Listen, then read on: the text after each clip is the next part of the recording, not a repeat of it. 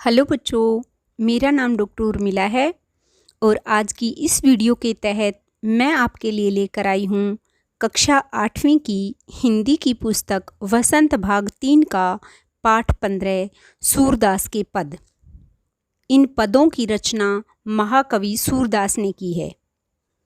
इसमें 2 पद दिए गए हैं और इन पदों में महाकवि सूरदास ने श्री कृष्ण की बाल लीलाओं का सुंदर और सजीव वर्णन किया है। तो चलिए हम इन पद्यांशों को पढ़ते हैं और श्री कृष्ण की बाल लीलाओं का आनंद लेते हैं। प्रथम पद्यांश से शुरू करते हैं। मैया कबही बढ़ेगी चोटी, कितनी बार मोहि दूध पियत भई यह अजहू है छोटी। तू जो कहती बल की बेनी, जो हवे है लांबी मोटी। काढ़त गुहत नहावत जेहे, नागिन सी भुई लोटी। काचो दूध पियावत पची पची, देती न माखन रोटी। सूर चिरंजो दोऊ भैया, हरी हलधर की जोटी। सबसे पहले हम इस पद के कठिन शब्दार्थ देखते हैं। कठिन शब्दार्थ हैं मैया का अर्थ है माता, कबही का अर्थ है कब, कितनी बार का अर्थ है कितनी बार, मोही का अर्थ है मुझे, पियत का अर्थ है पीता हूँ, अजहू का अर्थ है आज भी, बल का अर्थ है बलराम, बेनी का अर्थ है चोटी, हवे का अर्थ है हो जाएगी, काढ़त का अर्थ है कंघी करना, गुहत का अर्थ है गूंथना, नहावत का अर्थ है नहलाना, भूई का अर्थ है भूमि, पची पची का अर्थ है बार बार, लोटी का अर्थ है लौटने लगी, चिरंजीवों का अर्थ है लंबे समय तक जीवित रहें या दीर्घायु रहें, हलधर का अर्थ है बलराम, हलधर यानी हल को धारण करने वाला, और वो कौन है? बलराम।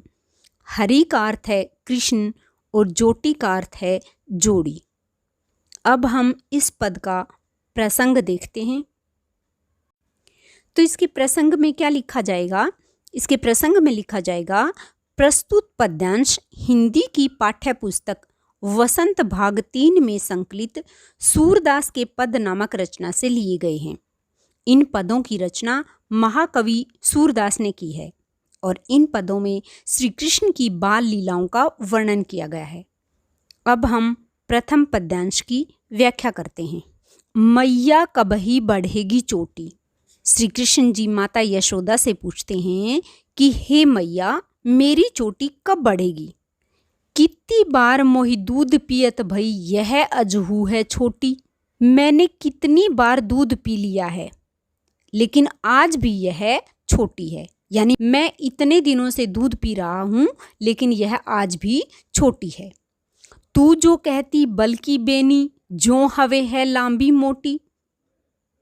फिर श्री कृष्ण कहते हैं कि आप तो कहती हैं कि बलराम की चोटी की तरह है, तेरी चोटी भी लंबी और मोटी हो जाएगी। आगे क्या कहते हैं? काढ़त गुहत नहावत जेहे, नागिन सी भुई लोटी। कि धोने से, कंघी करने से और गूंथने से ये जो मेरी चोटी है, ये नागिन की तरह पृथ्वी पर लौटने लगेगी, धरती पर लौटने लगेगी।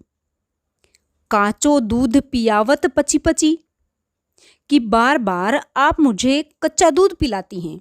देती न माखन रोटी, जबकि माखन और रोटी नहीं देती हैं। सूर चिरंजीव दोऊ भैया, हरी हलधर की जोटी।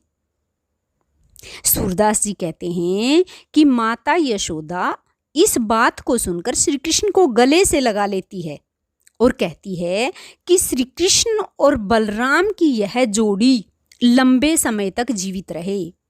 अर्थात माता यशोदा उनकी लंबी उम्र की कामना करती हैं।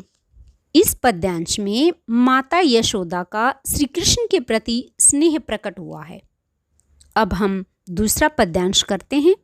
दूसरा पद्यांश है तेरे लाल मेरो माखन खायो, दोपहर दिवस जानी घर सुनो, ढूंढी ढंढोरे आप ही आयो, खोली की वार बैठी मंदिर में, दूध दही सब सखनी खवायो, ऊखल चढ़ी सीके को लीन्हो, अन भावत भुई में ढरकायो।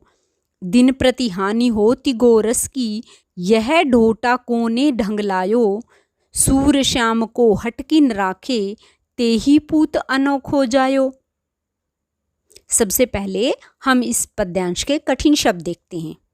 कठिन शब्दार्थ हैं खायो का अर्थ है खा गया, दिवस का अर्थ है दिन, जानी घर सूनो का अर्थ है घर को सूना जानकर, ढूंढी का अर्थ है ढूंढकर, किवारी का अर्थ है किवाड़, पैठी का अर्थ है घुसकर, सखनी का अर्थ है मित्रों को, मंदिर का अर्थ है घर, सीके का अर्थ है छिक्का, अनभावत का अर्थ है जो अच्छा नहीं लगता, ढरकायो का अर्थ है गिरा दिया, गोरस का अर्थ है गाय के दूध से बना हुआ दही या घी, ढोटा का अर्थ है लड़का, ढंग का अर्थ है तरीका, लायो का अर्थ है बनाया है या सिखाया है, हटकी का अर्थ है संभाल कर, अनोखो का अर्थ है निराला और जायो का अर्थ है पैदा किया। अब हम इसका प्रसंग देखते हैं। प्रसंग इसका यही रहेगा कि प्रस्तुत पंक्तियां हिंदी की पाठ्य पुस्तक वसंत भाग 3 में संकलित सूरदास के पद नामक रचना से लिया गया है और इन पदों की रचना महाकवि सूरदास ने की है तथा इन पदों में श्री कृष्ण की बाल लीलाओं का वर्णन किया गया है। अब हम इस पद्यांश की व्याख्या करते हैं। तेरे लाल मेरो माखन खायो। इन पंक्तियों में जो गोपियां हैं वो माता यशोदा को उलाहना देती हुई कहती हैं कि तुम्हारे लाल ने मेरा मक्खन खा लिया।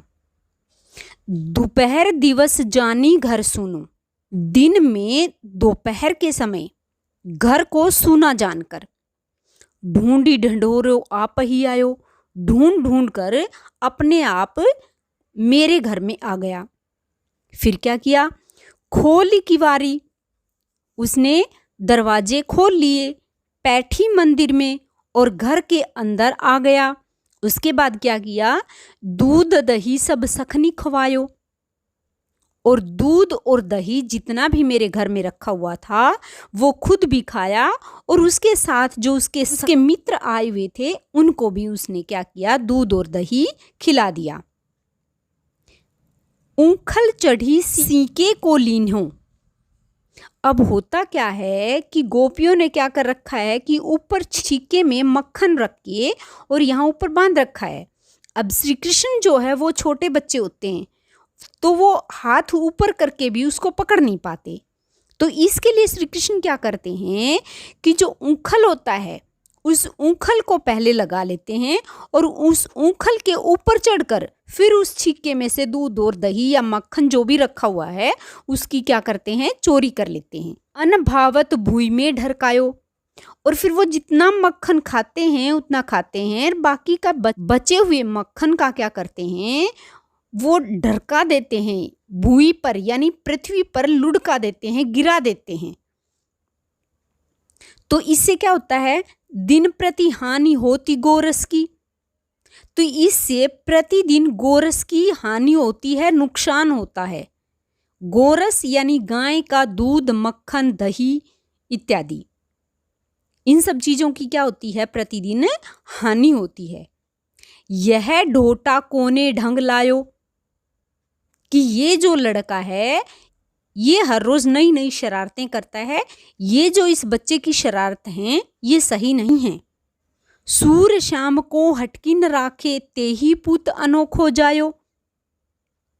तो सूरदास ने यहाँ बताया है कि गोपियां यशोदा मैया से कहती हैं कि तुमने कैसे अनोखे बेटे को जन्म दिया है, जो तुम उसको समझाकर अपने घर नहीं रखती और हर रोज उसकी वजह से हमारी जो है वो गोरस की हानि होती है।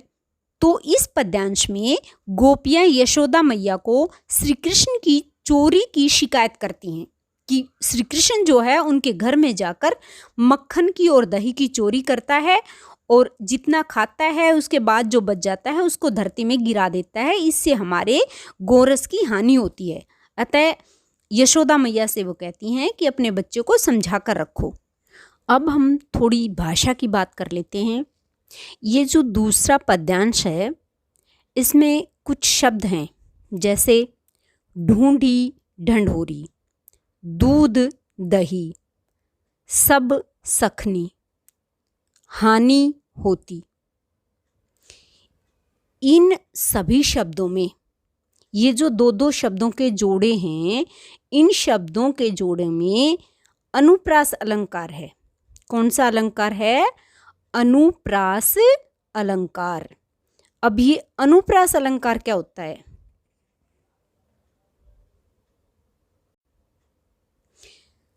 तो क्या होता है अनुप्रास अलंकार?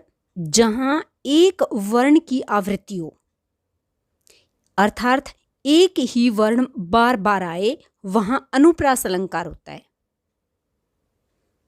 तो ये जो शब्द हैं ढूंढी ढंढोरी, इसमें ढ वर्ण की आवृत्ति है, यानी ढ वर्ण बार बार आया है, तो इस कारण यहां अनुप्रास अलंकार है।